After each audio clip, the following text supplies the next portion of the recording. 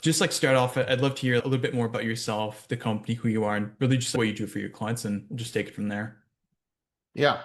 So Jason Bryll, founder of Bryll Associates. I specialize in building analytics for healthcare practices here in the US. The healthcare industry is incredibly complex, and it's not uncommon for your dermatologist or podiatrist or orthopedist to have five, six, seven different platforms used to manage their HR, their time entry, billing, collections, as well as obviously your clinical data. And so we come in and we help aggregate all that information together and transform it into really actionable analytics so they can help grow their practice that will help them train their staff and grow them professionally in their own positions and obviously improve the care of the patient. And ultimately, our Mhm. goal is to help bring more practices, higher quality care to more places within the US so that the more successful these practices are, we believe that they'll grow and expand. And we've seen that in the data. I love that. Something I'd be like a little bit curious about, because oftentimes what we hear with like healthcare practices is that relationships are like everything, like credibility, people, etc. And what I'd love to hear is before you started working with us, what kind of role did thought leadership and content credibility play when it comes to the business development side of things? Because I know you weren't doing too much when we started. Yeah, well, when it comes to thought leadership and things that you see in healthcare, it's actually specific for the healthcare industry. It's kind of hard to find that voice that you want to latch on to. It was one of the big reasons why I worked with We Feature You and why I wanted to build the social media presence is just when you go to conferences, I'll say it this way. When you go to conferences, Mm. there is a significant amount of engagement in the healthcare industry. So I go to a handful of them every single year, and Yeah. they are invigorating, they are enlightening, and you get back to the office full of new ideas and contacts and resources, and you feel like you have the you can visualize the path forward for improvement. Yeah. But once you're home, you don't really have that same feeling with day to day when you Yeah. get online or go on social media. So I wanted to use podcasting and social media to start pushing that forward and give people more of a constant funneling of Mhm. information that could educate them and be helpful. No thought. I mean, you've been going like pretty heavy at it. Like if we check your LinkedIn, there's content flowing out like every single day or two. And even YouTube, you've started posting very heavily. And I think since we started, we probably got you on what? I think it's like 10, 15 podcasts or so, because we started Yep. in like January, like February, something Yep. like that. And Yep. what I'd love to hear as well is how was your experience working with us? If there's anything specific that you loved about us, hated about us, anything like that. Yeah, so the experience of working with We Feature You was great because I didn't have to do a bunch of research and find podcasts that would be interesting to land on. I didn't have to do the hustling around of networking, introducing myself. I'd like to be on your podcast to Mm. share this story. So it was as easy as possible just to have somebody managing that and facilitating it and helping schedule it.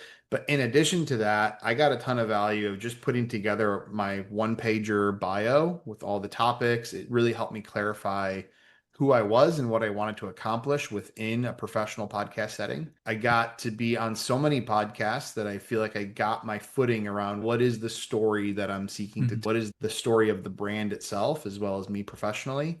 So it created basically forced me to be better at my talk track and speaking points, defining the business.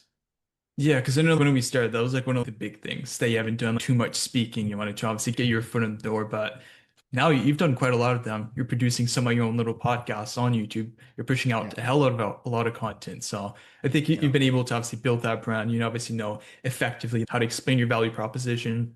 And it means, I think Yeah. you mentioned like yourself, you guys are like blowing up at the moment. You can't even keep Yeah. up with the demand. So you must be doing something correctly from what you were saying earlier.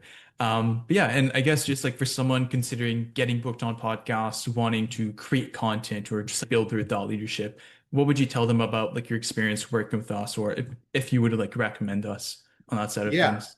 Well, I would recommend working with We Feature You because you're gonna get a lot of white glove service and it's a lot easier to work with an agency rather than build it internally. Just start with working with people who have been there and done that and already have the established network.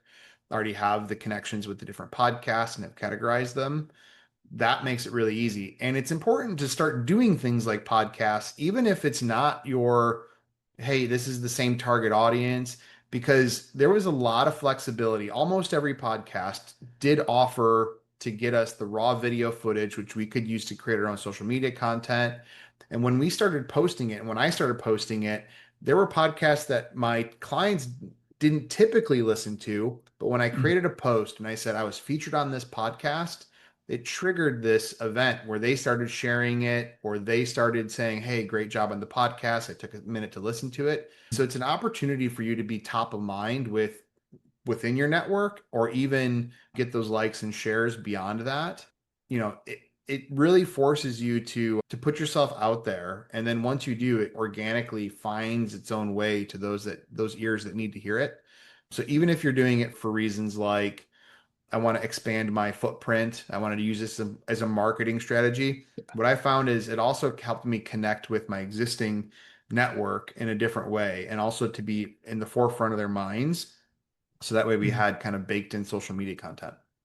Just being like top of mind, to put it simply, where they're like always seeing you. I mean, also Yeah. in like sales conversation with potential lead prospects, you're like bombarding them with content and credibility around like what you're speaking on. So that's like we've noticed here. But yeah, really appreciate you taking the time out to jump on here, Jason. And it's been a cool few months. I'm really excited for you because you have a pretty good problem that you need to hire more people. Can't keep Yeah. up with the demand. So that's going to be an interesting few months